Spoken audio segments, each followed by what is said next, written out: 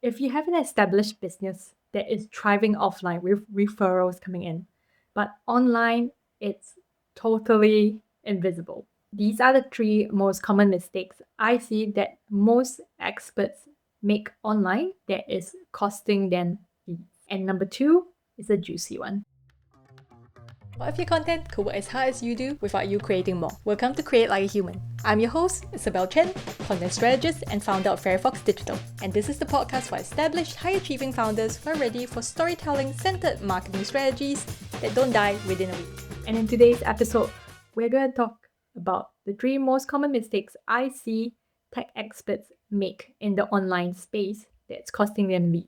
So if you are already making sales in person, it means you have an offer that is in demand and it's been proven that people want it. So if you're not bound by location and you can actually serve people outside of your local market, going online makes sense. It helps you expand your reach to new audiences that you might not have otherwise met in real life. And when done well, creating an online presence can actually help your business scale even further. First off, let's define what I mean by a tech expert.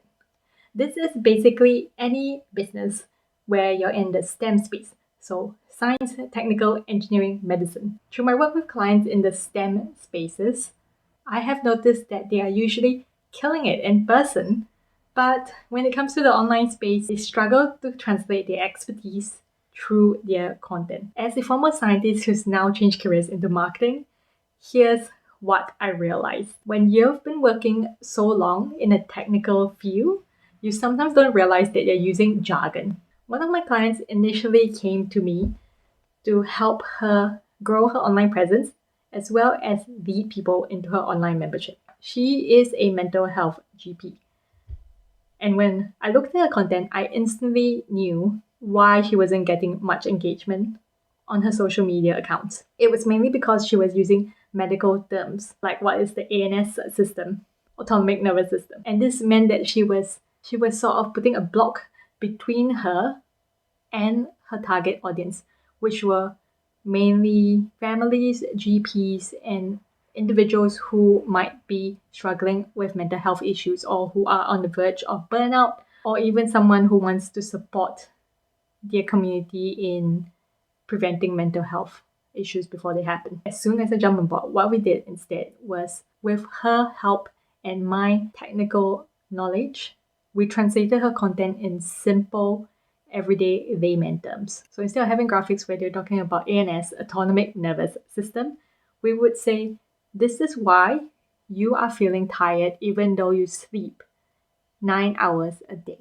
And you can instantly see how that shift would stop someone from scrolling past that post on their phone because it speaks to a symptom they're experiencing rather than trying to talk at them. With this client, within 30 days of working together and simplifying the language she was using in most of her content, we achieved a 36% increase in engagement, and there were also kind comments about her work in her local community. Second reason why your online content might not be translating into more sales, even though you're known as an expert, is because you are trying to fit your marketing into a box that someone said you have to do, instead of creating content in a manner that fits your style. And if you can relate to this, I have a free quiz that can help you discover what's the hidden gap in your content that's stealing 12 hours of your week. Link will be in the description.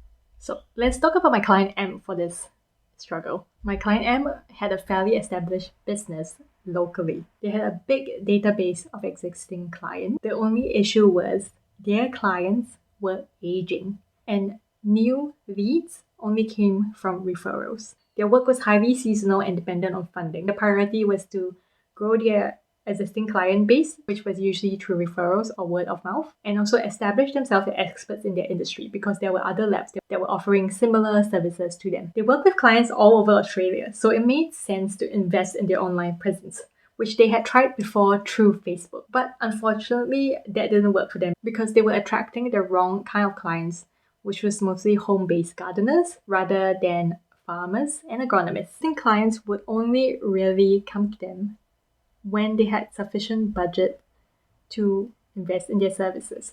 So if they weren't growing their existing audience, they would still be fishing from the same pool of clients who just didn't have funding to invest in those services at the moment, which just leaves them stuck in a cycle of trying to follow up with clients. So what we did instead was help them build an online presence on LinkedIn to find a new target audience, Gen X and millennial agronomists, who would indirectly then refer them to their ideal clients, which were farmers. We've still got a lot of work to do, but in 90 days of working together with Client M, they already saw new leads coming in through phone inquiries, and that was only with sharing one post a week to LinkedIn. So it really shows how when your content is strategic and you are connecting with the right people, it can help you bring more inquiries in online. The third mistake that could be holding your content back from performing online, even though you are making sales in person, is you might be only selling online, but you are hiding behind presenting features of your service and not educating or connecting with. Social media is literally what the name says, social. So the aim of social media is actually not to sell first. It is to connect with people. You want your content to help you build awareness of your brand, connect with ideal clients, and finally sell them on the benefit and why you're different, not the features of your service. Because what people really want online is they want to know the person behind the brand. People buy from people. So when they feel like they know you, they like you, and they trust you, they'll be more likely and receptive to buying from you. Everyone is great at selling online, but not everyone remembers that the purpose of their content is supposed to be building awareness of their service as well as connections to your community. And this is part of my content for sales framework, which I use with all of my clients to help them create strategic content that converts online.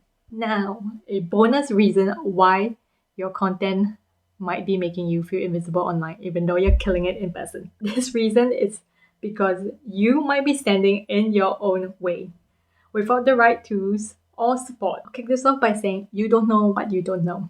And one of my clients came to me without any idea of how to read their social media numbers. This is really important. Despite what most people think, you can absolutely determine what your return on investment is from social media. And that is to look at your numbers from the different platforms and link that to your business goals. So say your business goals is to get more sales from your website and maybe you're posting to Instagram. There are several things you could look at on the platform. Number one, is my content getting seen by people? So this would be impressions or reach. Number two, is that same content then getting engagement? Because only when content resonates with someone, they'll stop to give it a like, a comment, or even give you a follow. Number three, how much traffic or how many clicks is coming from that social media platform to your website.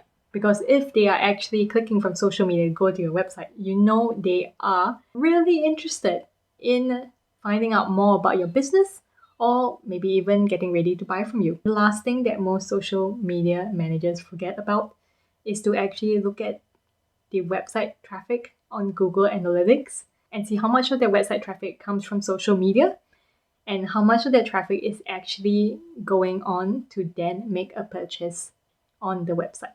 That's a very simplified version of how you can link your data from social media with your website numbers and with your add to cart numbers to determine how many sales you are making from putting an effort into your content on social media or your website or your blog. And if you didn't know about all these tools which I've just mentioned, you will be putting yourself at a disadvantage. So let's do a quick recap. The 3 plus bonus common reasons I see tech experts make in the online space that is making them feel invisible, but they're killing it in person. Number 1, they're using technical jargon in their content, so nobody understands what it means. And people are using too much brain power, so they just scroll past your content. Number 2, you are trying to create content based on what someone else told you must do. So it's not in a manner that fits your style and you will be highly unmotivated to do it. Number 3, you are selling but you are not showcasing your personality and you are hiding behind all the features of your service rather than telling your audience how they could benefit from it. Selling is never about you. Selling is always about them. And the bonus tip, you are not investing in the right tools or support. So I hope you found today's episode useful. And if you like more strategic marketing insights, be sure to subscribe to my channel. Give me a follow on Firefox Digital. I'm usually on Instagram and YouTube. And I will talk to you next time. Thanks for tuning in to Create Like a Human. If this episode sparked new ideas, I'd love for you to hit follow and leave a quick review. It will only take 2 minutes and means more people like you can find the show. Until next time, keep creating like a human.